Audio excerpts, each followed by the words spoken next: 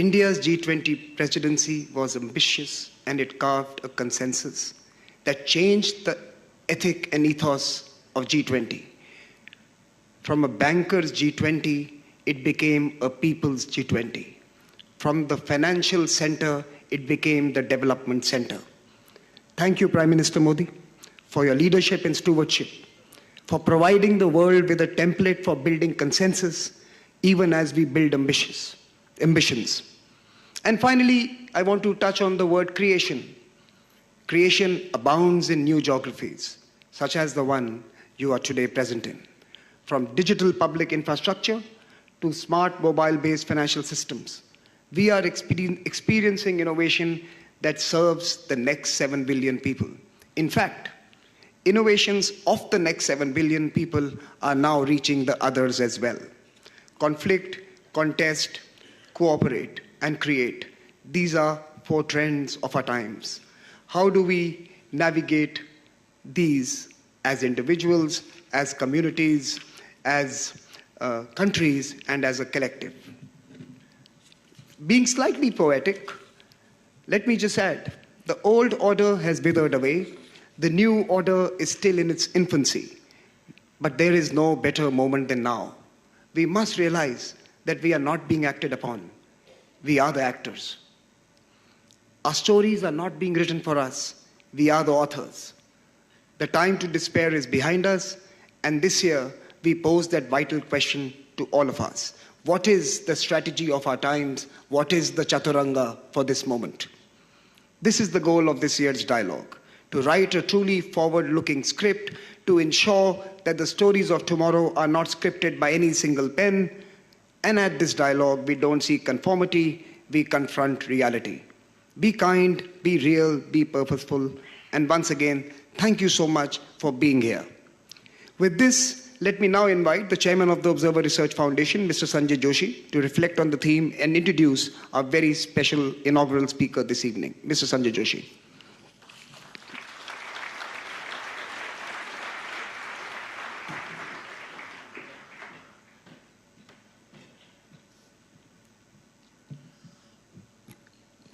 Thank you, Samir. A very good evening to our distinguished guests, Honorable Prime Minister of India, Shri Narendra Modi ji, our guest of honor, Excellency Kyriakos Mitsotakis, Prime Minister of Greece, Honorable External Affairs Minister Shri Jaishankar, our partners from the Ministry of External Affairs, ministers, admirals, generals, and eminent guests from across the world. Speakers and delegates, the first quarter of the 21st century will probably go down in history as an interregnum, a period caught in the crosshairs of a transition, a time of questioning, of upheaval and discord. And in this churn, we find ourselves in a divided world, a world cleft in 2 hemispheres, each scared and haunted by the shadow of the other. Many today actually despair over the return of another dark age. The parallels are many. First, the Black Death came calling in 2020. The prosperous fenced themselves in. Now we see wars proliferate across the face of the globe, break out into conflicts, constrained by no rules or conventions. Nations struggle to guard borders, while others flee to escape the horrors of conflict. New instruments of war that cut off access to finance, food, energy, information are deployed at scale. Yet, these are not the dark ages. The digital age actually is not a dark age. It is no descent into darkness. If anything, it is a case of being blinded by too much light, being rendered sightless in the hypnotic glare of our sleepless screens day and night. Hypersaturated and hyperstimulated, our ability to discriminate is completely confounded. We can't tell between what is true and what is fake. Disinformation today spreads faster, deeper, and far wider than the truth can run. And every tweet chips away the foundations of trust. And as a majority of the world's population approaches elections this year, a fear looms. Can democracies endure attacks from ideological opponents on the one hand, and algorithms designed to deceive on the other? And so the dilemma of our times, how do democracies surmount the temptation to copy the other? How do they prevent fear from transforming them to become the very enemy they seek to defeat? Because if they were to lose the sense of what is to be democracy, who would have won and who would have lost? So this was how Chaturanga came and became the central idea for Raisina 2024. That board game of war, of moves and counter moves, spreading across all domains.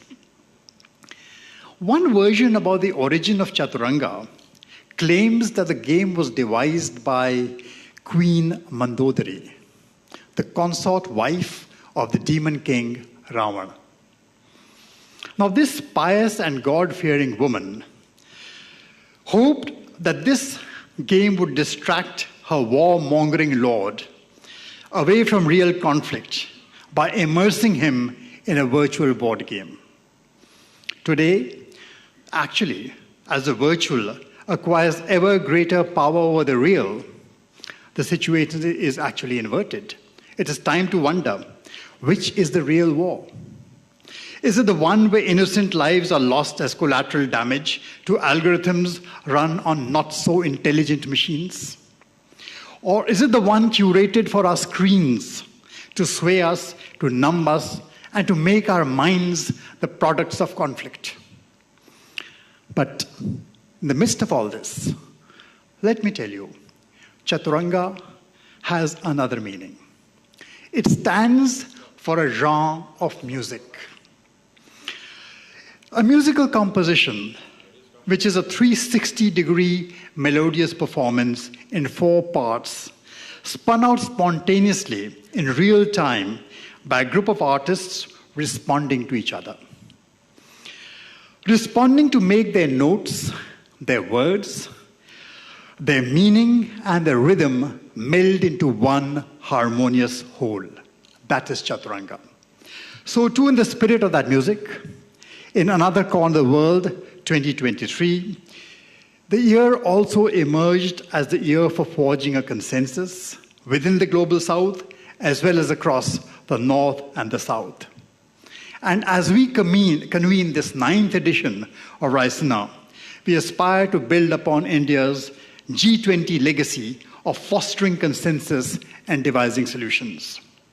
And in this, we're delighted this year to welcome Excellency Kyriakos Mitsotakis, the Prime Minister of Greece. Welcome, sir. You have spearheaded Greece's recovery momentum through effective policy reform aimed at modernizing the economy, enhancing social cohesion, and transitioning to a greener and more digital future. Your presence at this forum symbolizes the deep linkages between the people of our two nations, a relationship that has existed since times immemorial between a land proud of its democratic heritage and a land renowned for its pluralistic traditions. We look to Greece not only as a centuries-old friend, but also as a partner with the collective aim of returning us from the Chaturanga of war to the Chaturanga of concord in order to revitalize a broken global community. Excellency, the floor is yours.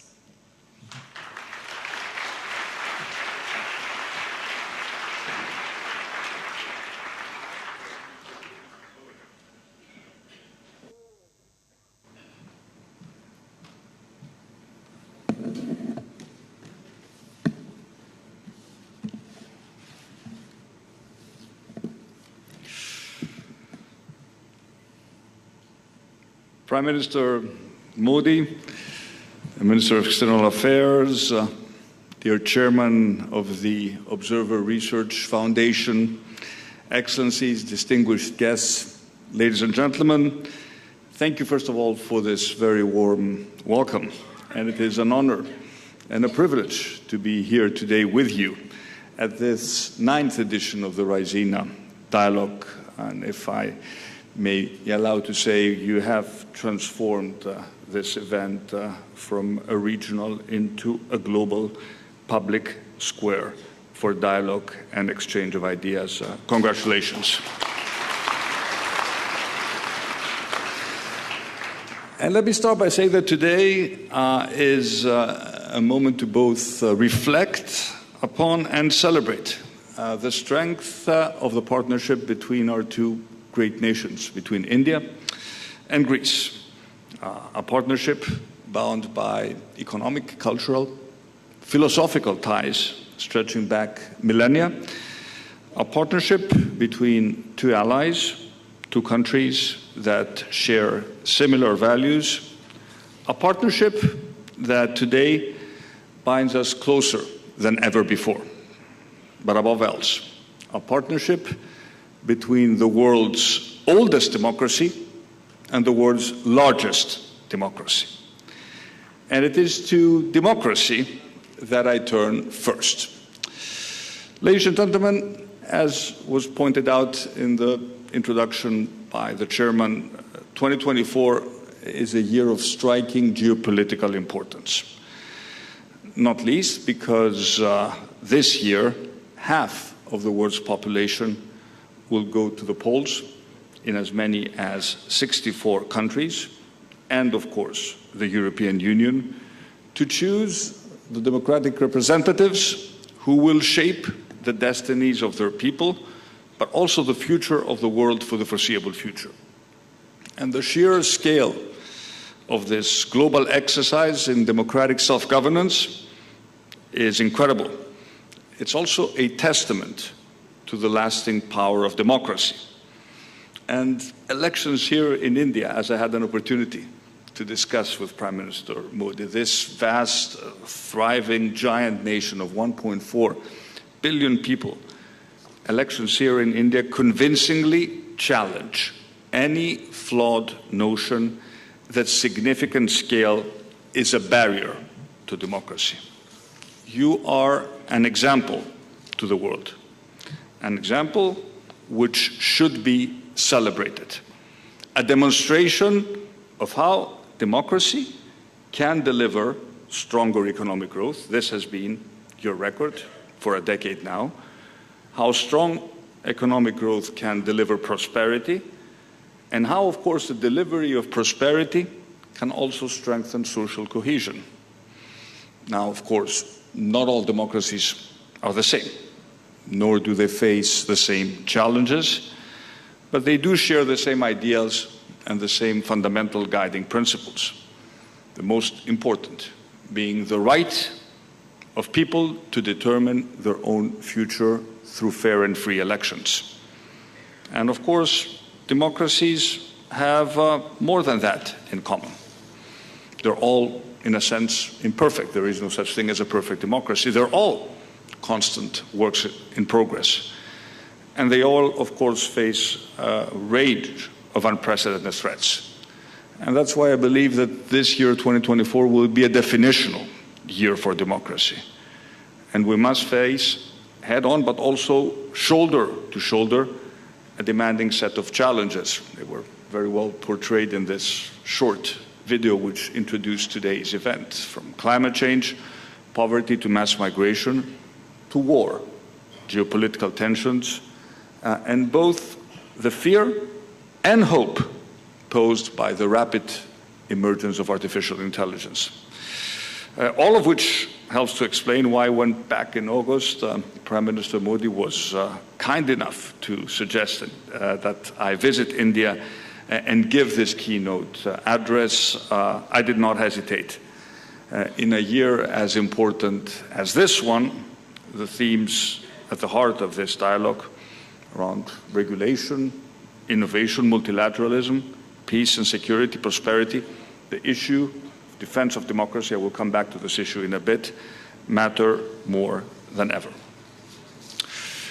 Ladies and gentlemen, today India is a great power on the world stage, an important ally in the pursuit of peace and security, a rising force at the heart of the G20, and a leading player in the fight against climate change.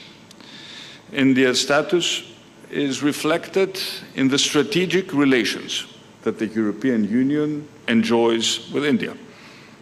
President Ursula von der Leyen was at this stage 2 years ago at the Raisina Dialogue, and she said, for the European Union, strengthening and energizing the partnership with India is a priority in this upcoming debate. I would dare Prime Minister Modi to go further. Strengthening our partnership with India, and I'm speaking about Europe, should be a cornerstone of Europe's foreign policy. And this is certainly true for my country.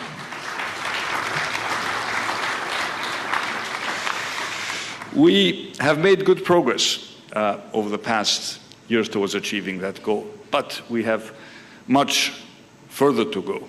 And Greece has an important role in this endeavor.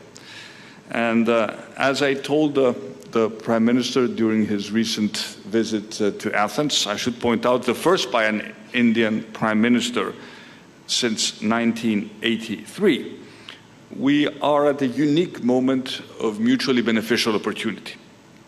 One in which Greece, given its geographic, cultural, and strategic proximity, can act as an interlocutor between India and Europe, and I would dare to go even wider lens, between the global north and the global south, and indeed between the east and the west. Since ancient times, Greece's position at a physical and cultural crossroads means that it has always been a corridor for exchange in goods, in knowledge, and in wisdom. Today, Greece has excellent relations with all countries in the Middle East, the Gulf countries, and is uniquely placed as a connector between the Mediterranean Sea and the Indo-Pacific. It presents so much opportunity for both our countries. We are already a well-established logistics center, an international gateway, but we want to increase connectivity and promote trade still further. Piraeus is one of the busiest ports in Europe. More of our ports are in the process of being privatized. Greek shipowners, something which is absolutely critical also for India, control the largest merchant marine fleet in the world. And beyond the flow of goods, we are pursuing new corridors for data and energy. And the emergence of groundbreaking projects like IMEC, the India, Middle East, Europe corridor, hold great promise to supercharge connectivity between India, the growth economies of the Middle East, and Europe. One has just to look at the map to realize that Greece is sitting right in the center of this new corridor. And to our friends in India, I say, we are your natural doorstep to Europe and beyond. And the war in Gaza and the turmoil in the Middle East is undoubtedly destabilizing. But it does not undermine the profound, the powerful logic behind IMEC. Nor should it weaken our resolve to work tirelessly towards materializing it. Instead, I would argue it gives us even more reasons to promote peace, given that IMEC at its heart is also a peace project, which can bring about stability and prosperity for all participating countries. Countries which are at war don't trade with each other. The Indo-Pacific region is a major focus for the European Union's global policy. And earlier this month, in Brussels, at the third EU Indo-Pacific Ministerial Forum, we took a series of measures aimed at intensifying the partnership between the European Union and the countries of the Indo-Pacific. Our two regions are increasingly connected because we face the same challenges, but we also share the same interests: promoting peace, prosperity, stability, and of course climate and environmental resilience. Dear Prime Minister, dear friends, recognizing the strategic importance of the role India plays in this evolving new order is fundamental. And the relationship between India and Greece, as we had an opportunity to reconfirm in our very fruitful bilateral discussions today, is one based on respect, on friendship, on values, but also on the mutual will to see our people progress and prosper. And while obviously not all challenges are the same, the way we meet these challenges often is. The scale may be vastly different, but I see a lot of similarities in the way our two countries have implemented an ambitious reform agenda. Both India and Greece have pursued sustainable growth and prosperity through innovation and bold changes. We have both encouraged and embraced the digital revolution. We have leveraged, you have done this here in India, at an unprecedented scale, leveraging technology to transform the delivery of public services for the benefit of all citizens. And we have both demonstrated that the power of innovative and bold reforms that bring growth, spread opportunity, deliver prosperity, and create the higher-paying jobs of the future. This is the path to go. And I believe that my country's, Greece's, recent story of rapid change matters also to a country like India, and by extension to what that change means for Indian investment in Greece and the European Union. The country I was called upon to govern when first elected to office in 2019 was seen by many analysts at the time as the sick man of Europe. Between 2015 and 2019, populism had promised much, delivered nothing, and left Greece teetering on the edge. And effective policy making has changed that, and it has transformed Greece's prospects. First, growth-oriented policies, but always underpinned by fiscal responsibility. Second, a robust approach to migration and security, supported by an assertive foreign policy and the shaping of new regional partnerships, like the one between Greece and India. And third, investing in health, in education, and using any fiscal headroom generated by a growing economy to tackle social inequality. And by cutting taxes, supporting entrepreneurs, spurring investments through market reforms, much like India has done, Greece has seen over the past years one of the highest growth rates in the Eurozone. And we have witnessed the fastest reduction of debt to GDP ratio of any European country. Credit ratings have returned, credit rating agencies have returned Greek debt to investment grade, and The Economist voted us Country of the Year for 2023. All of which has led to falling unemployment, higher wages, record foreign investment, and a rapid shift towards the green and digital economies of the future, and of course a new, more assertive Greece at the heart of Europe. And today, I am proud to be able to talk to you about a very different Greece to the country that many had written off as unreformable a few years ago. And the confident Greece of today not only wants to be an integral part of region-to-region partnerships, but also knows it can be the new gateway to Europe for India's businesses, its entrepreneurs, its wealth creators.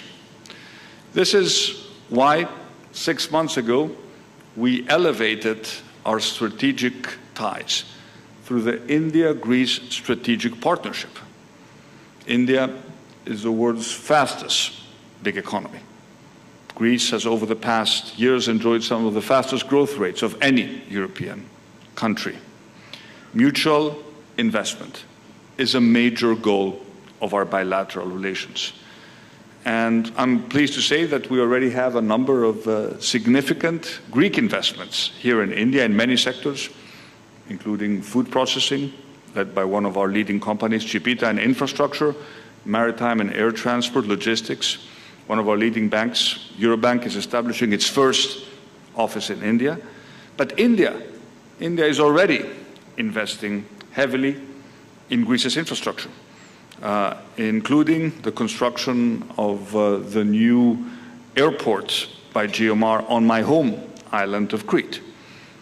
Indian-owned Swiss Group has invested in a number of Greek agri-food businesses, and Accord, a European subsidiary of Intas Pharmaceuticals, has recently invested in a factory close to Athens. The volume of our bilateral trade is on an upward trend, but we have agreed with Prime Minister Modi that we need to do much more, and we need to set a target to double it by 2030. It has great potential for future growth. In tourism, we have only scrapped the surface of what we can do together as a new emerging Indian middle class will start to travel and discover the world. What better natural destination than Greece, given the cultural affinities between our two people? So I do believe that we can do much more, which is why the business delegation, the business leaders who have accompanied me to Greece, include nearly 100 leaders of some of Greece's biggest companies, but also for some of its most dynamic and fastest growing small and medium-sized enterprises. And from Delhi, I will be traveling tomorrow to Mumbai, and my delegation will continue to Bangalore with a simple message. Greece is growing like never before, and to Indian businesses, we say, please join us on that journey.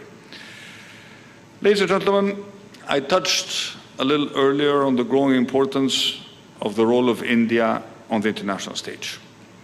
It is the leading democracy in the global south.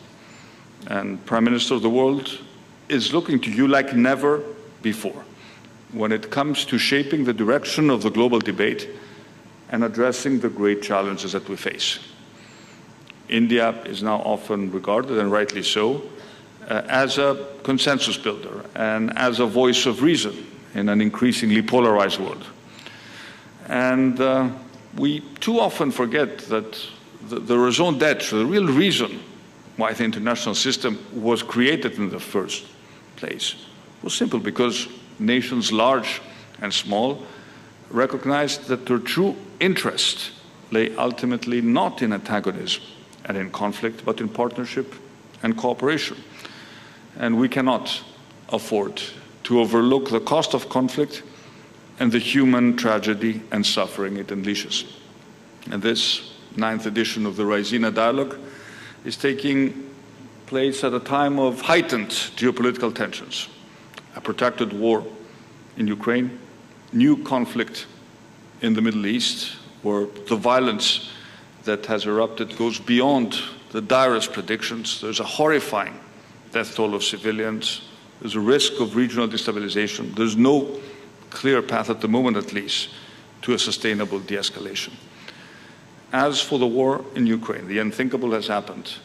A war in the European heartland. It is still raging on with devastating consequences. 2 years, almost to the date, since Russia attacked Ukraine. And I understand that countries that belong to the global south see this frequently as a European war. And I hear all too often that we Europeans do apply double standards, focusing on Ukraine at the expense of wars and crises in the rest of the world. And maybe there is truth in that allegation. But I would like to make the point here in Delhi that Ukraine is much more than a local war on European soil. It is a brutal challenge to international stability and the international rules-based order that India has supported and has every interest in maintaining. And I think we all have a responsibility to use the power we have on the international stage. And none of us can afford to sit on the sidelines. And I'm convinced that on Ukraine, India has an important role to play. It has a voice that should be heard. Our common humanity and interconnectedness are inescapable. To draw from the Hindu scriptures that put it so powerfully, the world is one family. And sacred Sanskrit wisdom that resonates loud and clear today. And that brings me to the existential threat that climate change poses to our fragile planet and all the life that inhabits it. Greece, like India, we discussed this today with the Prime Minister, has already witnessed and suffered the consequences. The climate crisis is here. It's not something that will happen in the future. We have accelerated our energy transition in recent years in order to mitigate those effects, but we've also invested heavily in adaptation. In Greece, we now generate half of our electricity from solar and wind. It is one of the highest percentages in the world. And this transition has brought us cleaner air, it has brought us cheaper energy, it has brought us less dependence on imported energy, and of course greater security from external shocks. But we also know that climate ambition must be based on what is fair and on what is realistic. And each country will forge its own path towards net zero in light with the twin imperatives of energy security and affordability. And the Green Development Pact, Prime Minister Modi, was a major step forward under India's G20 presidency. And it was an important bridge between the global south and the north, providing pathways for nations in this critical journey towards achieving energy, climate, environmental, and disaster resilience-related objectives. And at COP28, we demonstrated that it is possible at the global scale to come to some agreement and to make progress. At the same time, it is evident that we do need to do much more and put our pledges into practice with the utmost energy. Ladies and gentlemen, India and Greece, Greece and India have something else in common. We see democracy not as an inconvenient barrier to delivering against contemporary challenges, but as our greatest hope of ensuring that we do. And democracy, as was established 2,500 years ago in ancient Athens, is rooted in the conviction that society functions best when all its citizens are equal and have the right to share in the running of the state. But, as was pointed out in the introduction, we should have no illusions. Democracy is vulnerable, and it is facing profound threats. And those who detest our democratic values have one big advantage. They are not bound by those values. And we must be alert to the emerging challenges and adaptable enough to address them with real solutions. We must, if necessary, own up to our own mistakes. But above all, we must listen to each other with mutual respect, without preaching or exhibiting any sense of moral superiority. But no matter how disparate beliefs and ideologies are in any given society, we need to be able to rely on some basic truths and agree on the facts that at the end of the day shape any democratic discourse.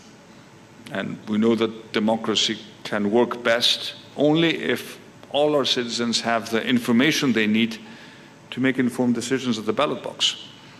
And our technological advances, profound as they may be, AI, social media, the internet itself, need to be tools to facilitate the propagation of information. They must not be weapons against reality. And it is now undeniable that artificial intelligence presents a powerful tool for deceptive use at the hands of malicious actors who wish to disrupt democratic elections. And no democratic nation, large or small, is immune to this threat. Government regulation is frequently necessary, I'm very glad that the European Union has already agreed on what we call the Artificial Intelligence Act, the first ever legal framework regulating artificial intelligence. But also the technology sectors, as the producers of AI need to exercise the utmost responsibility, and this is true for all global technology companies. And it is good that we're starting to work on this. I was able to witness it firsthand at the Munich Security Conference last week. There are some of the leading companies of the sector signed an accord to combat deceptive use of artificial intelligence in the 2024 elections. And all these are good steps, but it is clear that it is just the beginning. In the coming years, we will need to do more in order to protect democracy from the many threats that will be launched against it, perhaps already in this very crucial election year. And today, democracy, and that is why this gathering is so important, is about essentially outsmarting those who seek to bend and misshape the rule of democratic discourse in their favor. And India and Greece have vital roles to play in achieving that goal, whether at the United Nations, where Greece is seeking a rotating seat on the Security Council next year, at the G20, which was so expertly chaired by India last year, or through the European Union. And by the way, Greece is supporting the reform of the Security Council of the United Nations in order for leading countries such as India to be represented at the highest table and in order for their voice to be heard. But, and here I'm referring to all the policymakers who participate at this year's dialogue, we need your help. Because at the end of the day, effective policy making relies on creative thinking, and it flourishes in international fora, such as the one I have the privilege of addressing today. Prime Minister Modi, Minister Jaishankar, ladies and gentlemen, as I conclude, it is worth reflecting on the fact that while Greece and India discovered democracy and certainly each other a long time ago, it is today that they're discovering each other again. And the success of this cooperation is based on a very simple premise. We both believe in the virtues of discussion and debate. After all, ancient civilizations encouraged this debate and this cross-fertilization of ideas. And there's a lot. We talk a lot about artificial intelligence, but there's also a lot to be learned by the ancestral intelligence which is hidden in our ancient civilizations. And we recognize that without such debate, the search for truth is meaningless. This world is increasingly divided. It's divided between the West and the East, between the South and the North. And Greece and India stand essentially at the intersection of these divisions. These divisions can be managed, they can even be tempered by open discussions, which is why the world needs, and you called it a public square. I will call it an agora. Agora, the ancient word, not just a marketplace, but a new meeting place where ideas can be tested against each other. And the Raisina Dialogue is indeed providing us with this new agora. A divided world needs more tangible and physical connections as well. And the integration of our two seas, the Indo-Pacific on the one hand, the Mediterranean Sea on the other, will benefit not just India and Greece, but our neighbors too. Our two people have much to learn from each other, and they also have much to give to the world. And if we are to do so with effect, we must begin today with a commitment to public discourse, open discussions, tolerance, acceptance of the opposite view, and of course, the preservation of the democratic idea. Thank you very much for listening.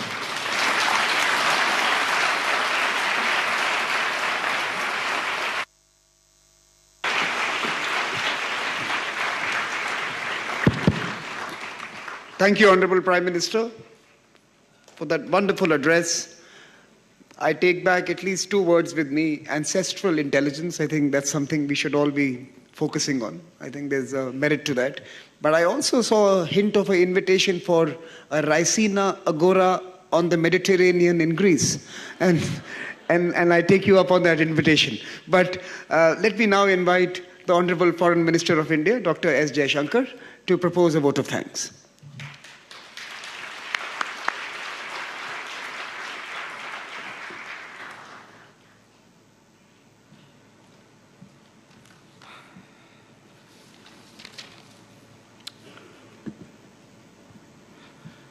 Prime Minister Narendra Modi ji, Prime Minister Mitsotakis, Excellencies, dear friends.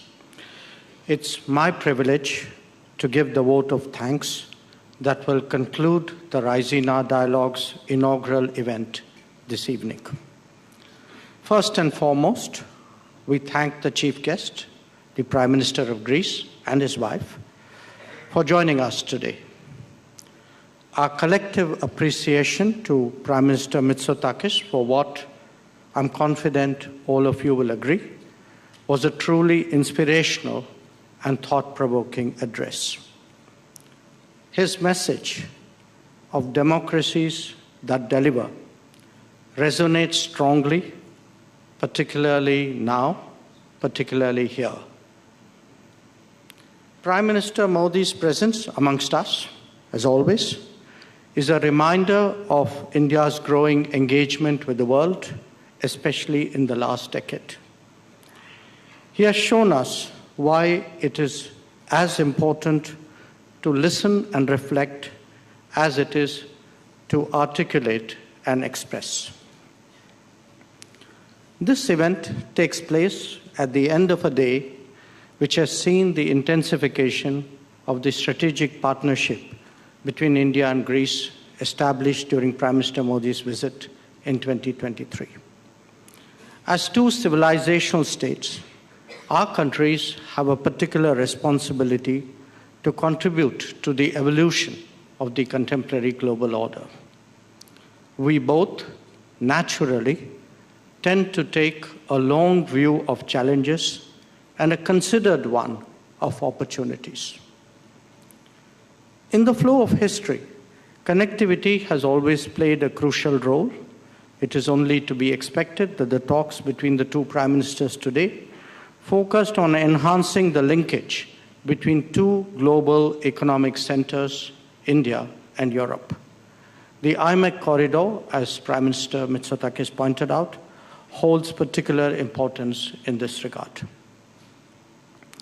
As India deepens its footprint abroad, Greece has emerged as a favorable destination.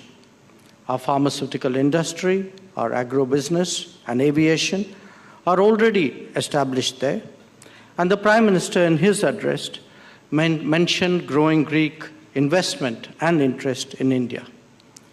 We expect that a mobility agreement will bring us even closer. Raisina is good for business as well. Ladies and gentlemen, India's growing interest in the Mediterranean region is an important facet of our steady rise. The India-Greece partnership can surely serve as an anchor. Raisina Dialogue, as a made-in-India version of a global public square, has become what it is due to all of you. I thank you all for that. Please keep coming. Please keep talking. Please keep contributing. To Team Raisina and Team MEA, a special word of acknowledgement and encouragement. You have made all this possible. Please remain ambitious and keep challenging yourself even as you challenge others. Finally, let me recognize the Raisina Chronicles as we near the first decade. It captures what we have achieved, but more importantly, indicates the promise ahead. Once again, thank you all and a very good evening.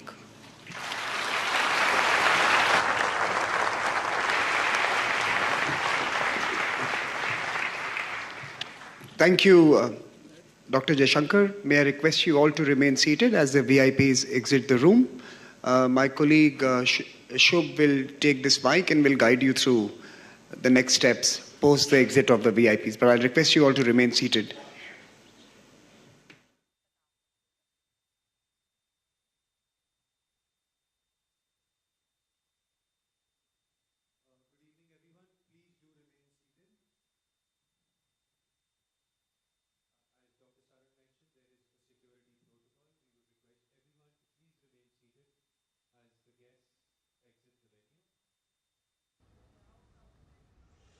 तो आप देख रहे थे सीधा प्रसारण नवे Raisina dialogue के उद्घाटन संस्करण का, और ग्रीस के प्रधानमंत्री ने इस पे अपना अध्यक्षीय भाषण दिया। वो इसमें मुख्य अतिथि के तौर पर इनवाइटेड है। और रायसीना डायलॉग, रायसीना संवाद की अगर बात करें तो ये बेहद महत्वपूर्ण एक पहलू रहा है। 2024 का शुभारंभ सत्र था ये, और इसमें प्रधानमंत्री नरेंद्र मोदी ने भी हिस्सा लिया। इस मौके पर ग्रीस के प्रधानमंत्री ने मुख्य अतिथि के तौर पर शिरकत की, और 23 फरवरी तक यानी 3 दिनों तक ये रायसीना डायलॉग चलेगा। चतुरंग इसकी थीम है, जिसमें ख़ास तौर पर ये कहा जा रहा है कि इसमें जो कॉन्फ्लिक्ट है, कॉन्टेस्ट है और कॉपरेट के साथ साथ क्रिएट, यानी कि 4 थीम्स के साथ में ये आगे बढ़ा है। ख़ास तौर पर अगर ग्रीस के प्रधानमंत्री के संबोधन की बात की जाए तो उन्होंने खुले दिल से भारत की प्रशंसा की तमाम विषयों पर। उन्होंने कहा कि तमाम ऐसे विषय हैं जहां भारत दुनिया को दिशा दे रहा है। प्रधानमंत्री नरेंद्र मोदी की अगुवाई में एक डेमोक्रेटिक कंट्री किस तरह से आगे बढ़ सकता है, और किस तरह से अपने नागरिकों को हितों को साधते हुए भी वैश्विक जो चैलेंजेस हैं उनके साथ में कदम ताल करते हुए, जो वैश्विक चैलेंजेस हैं उन पर काम करते हुए किस तरह से वो आगे बढ़ा जा सकता है, इसकी एक जीती जागती मिसाल भारत और प्रधानमंत्री नरेंद्र मोदी है। उन्होंने कहा कि भू राजनीतिक लिहाज से रायसीना डायलॉग का बेहद महत्वपूर्ण है, और भू राजनीतिक लिहाज से 2024 का भी बहुत महत्व है। उन्होंने कहा कि भारत की भूमिका जो है वो वैश्विक जो मसले हैं उनमें बहुत ज़्यादा महत्वपूर्ण रहने जा रही है। उन्होंने यूक्रेन रूस युद्ध का हवाला देते हुए कहा कि जो ग्लोबल साउथ की कंट्रीज़ हैं उनको ये लगता है कि ये जो पूरा कॉन्फ्लिक्ट हो रहा है वो यूरोप का कॉन्फ्लिक्ट है, और ये केवल एक लोकल कॉन्फ्लिक्ट है। लेकिन उन्होंने कहा कि आप इस विषय पर सही हो सकते हैं, लेकिन उनका मानना है कि ये दरअसल संघर्ष सिर्फ